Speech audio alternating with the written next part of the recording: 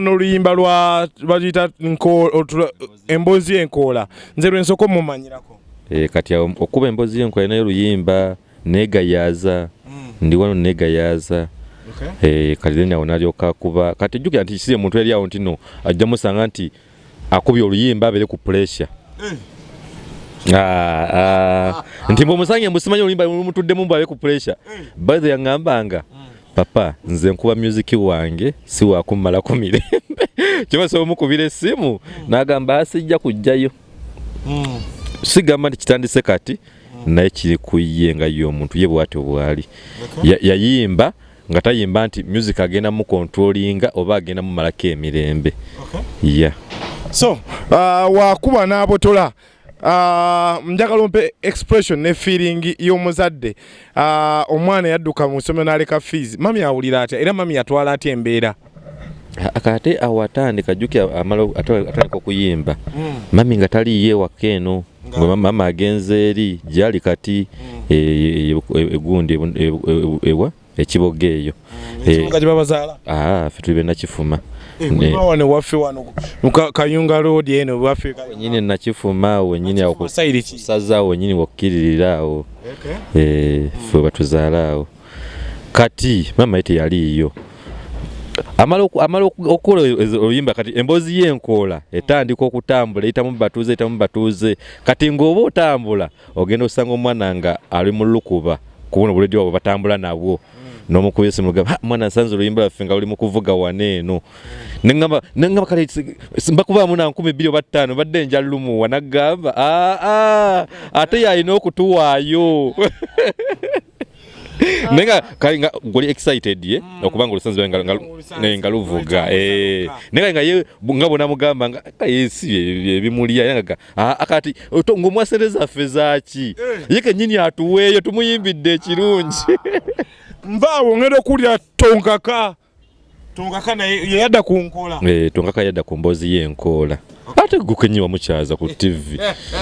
Twamusaya ku TV sebo. Of course nze omu kubasooka okumuwa omukisa wadde nange nali simumanyi naye mu mbeera nga bw'oyogedde abakubya amasimu abaajerega abamu ne baseka abamu ne banyumirwa olwa style gye yali aleese. Ojjukira ndino ne ku TV kenyini nakuba essimu ng'ali mu studio nze kenyini nkuba essimu. Ojjukira nakuba essimu abalabo nabo bali bayongeza eddoboozi ya TV n'ogamba gw'okikoze otya okubanga eddoboozi liri kiriya n'okubanga byogera tubiwulira nenkugamba nti kati tubiruddemu ffe negwe twamanya koodi.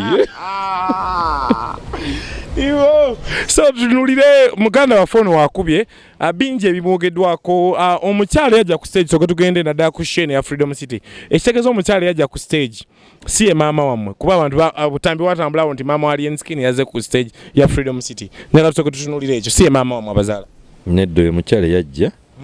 muganda waffe si ye maama atuzaala oyo sisita waffe mwanyinammwe. Mu maama y'omu naye ndowooza taata yanjawulo. Nedda. Obadde onnyonnyola manager Eric w'obeera awo mami ali Kiboga then sister wammwe basita wammwe bo bali mu bitundu ki? Mwe bali yina gye bali naye nga kinomanya gye bali. So Alien wakubye reception mami amuwuliza oba mu mbeera eno omanyi okuba essanyu ly'omuzadde twabalabako awakatami akatambula nga mulabika mwagenda ne mumukyalira ku mami.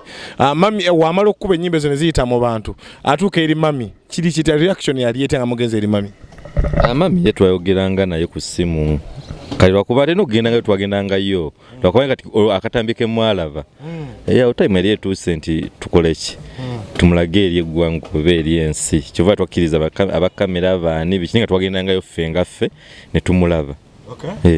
Erinnya lya Alien Skin liva ku ki by the way? Kati erinnya lya Alien Skin ye kennyini ojja mwebuuliza kubanze naye kennyini jjukira nti ate weyaviira ewaka agenda atandika ebyalimu byakkanika biki kati agenda okudda eno nga piki kawanga gye nkugambye nga yassaako Alien kati seka ekyo ojja kimwebuuliza. Piki nga yasuulako Alien nga giwanisa ekigambo Alien. Tunulire we tujja akubye mataala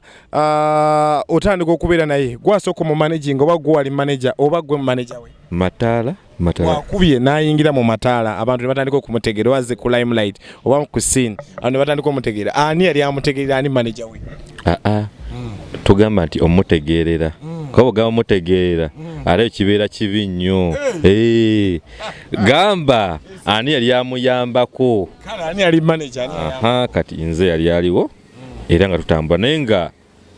bangi bajjanga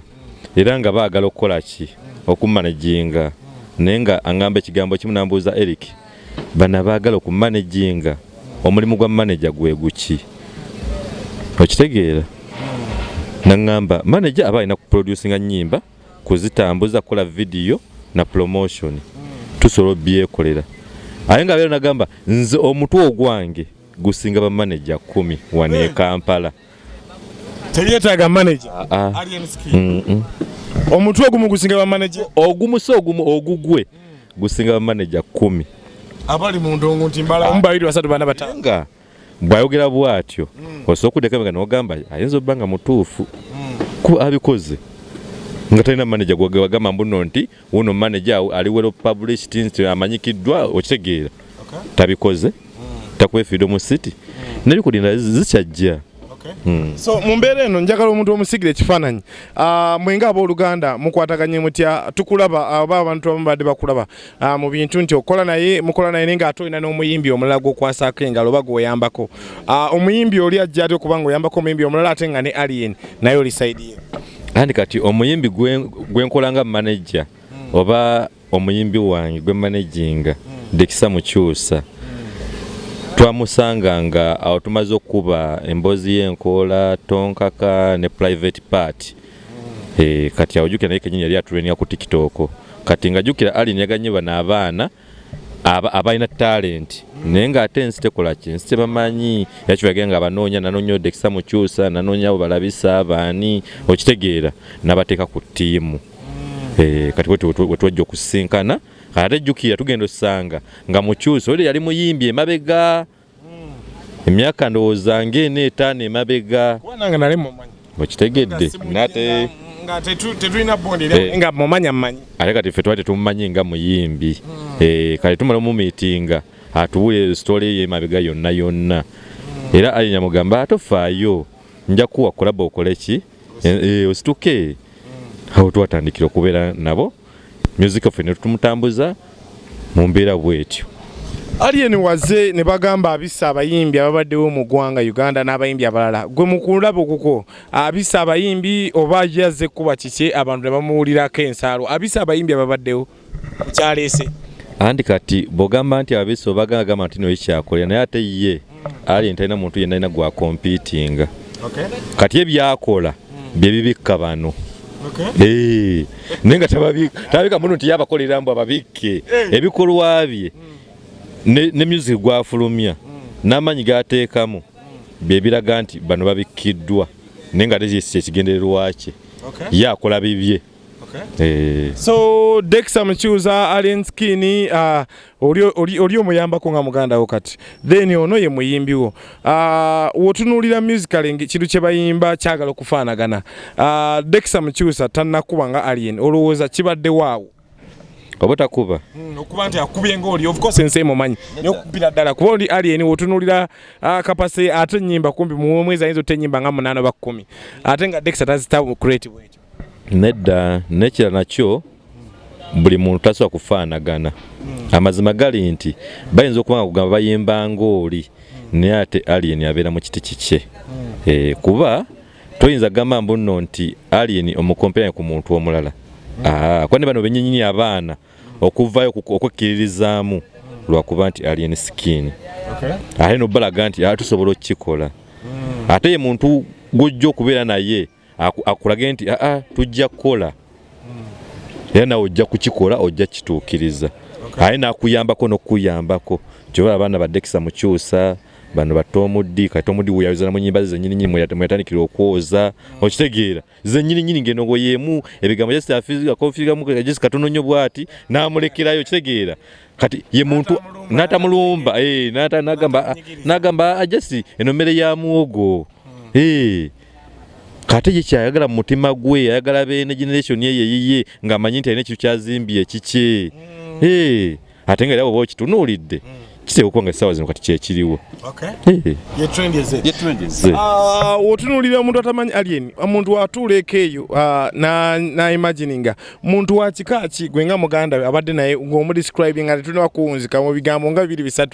omuntu yandimudescribinza atya atudde eka eyo? Nze kyemmanyi ku alien oba kyenjagala okutangaazamu abo ababeereyo ne boogera nti simanya alina akabuli simanya biki okitegeera ndisimanya alwana nnyo alien si ye muntu ajja okukulumba nga tomulumbye ekyo kyemmanyi era nze muli wembeeraawo nendaba ka video banga katugeze katamba ne ngamba naye nedda abo balimba ekyo tasobola kukikola kwa ye muntu ayagala ennyo okukola ebimukwatako era bw'oba tomutambadde tayinza kunyega bw'oba tomulumbaganye tayinza kulumbagana kuva buto naye gwe obuzibu mulumbagane anti tayagala muvimba ng'ovimba waaki oli serious kavimba biki gwe omuvimba lwaki nobody say tosobola muvimba kati awaleeta obuzibu ndi gwe ojjeno nojjeno nti simanyi nakavimbo kanje agamba kati awo byekolere abamulaba mutundira mu kifaananyi ekyokuba nga musajja wa ntalo kabuli kyekituufu gye kuba kati wano agenze okufuna bino ebya palase byatuukawo ng'abantu bagamba omusajja naye abadde abamu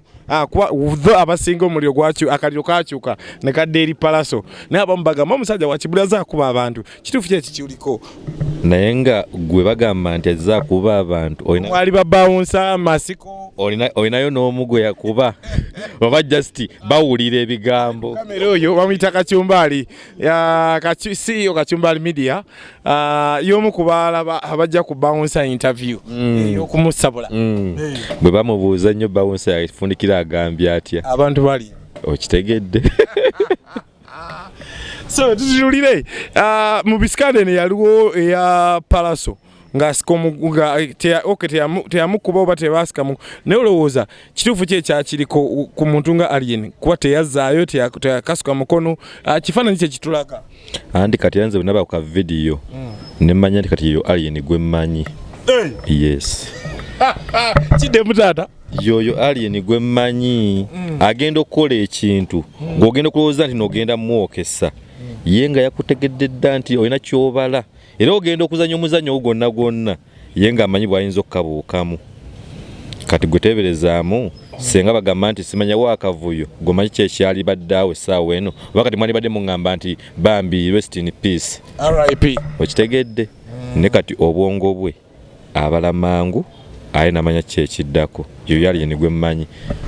Sure Freedom City eno gwe nga atunulira ebigambo bino muganda wa Alien Skin n'ebintu abantu ngeja birabiramu ki Alien Skin yamutaddewa yamwongedde maanyi yamwongedde balabe yamwongedde ki oba yayongedde kumunyika oba yayongedde kola ki nedda balabe eva babeera olabo batwera kyoli noba n'abalabe ne kati ate awo ng'ali bwatyo kwegweri gy'aliko naye mu byonna ffe twagala nnyo kutunuulira balabe tutunuulira nnyo success gwe kino omanya nti yatuwadde hype y'amaanyi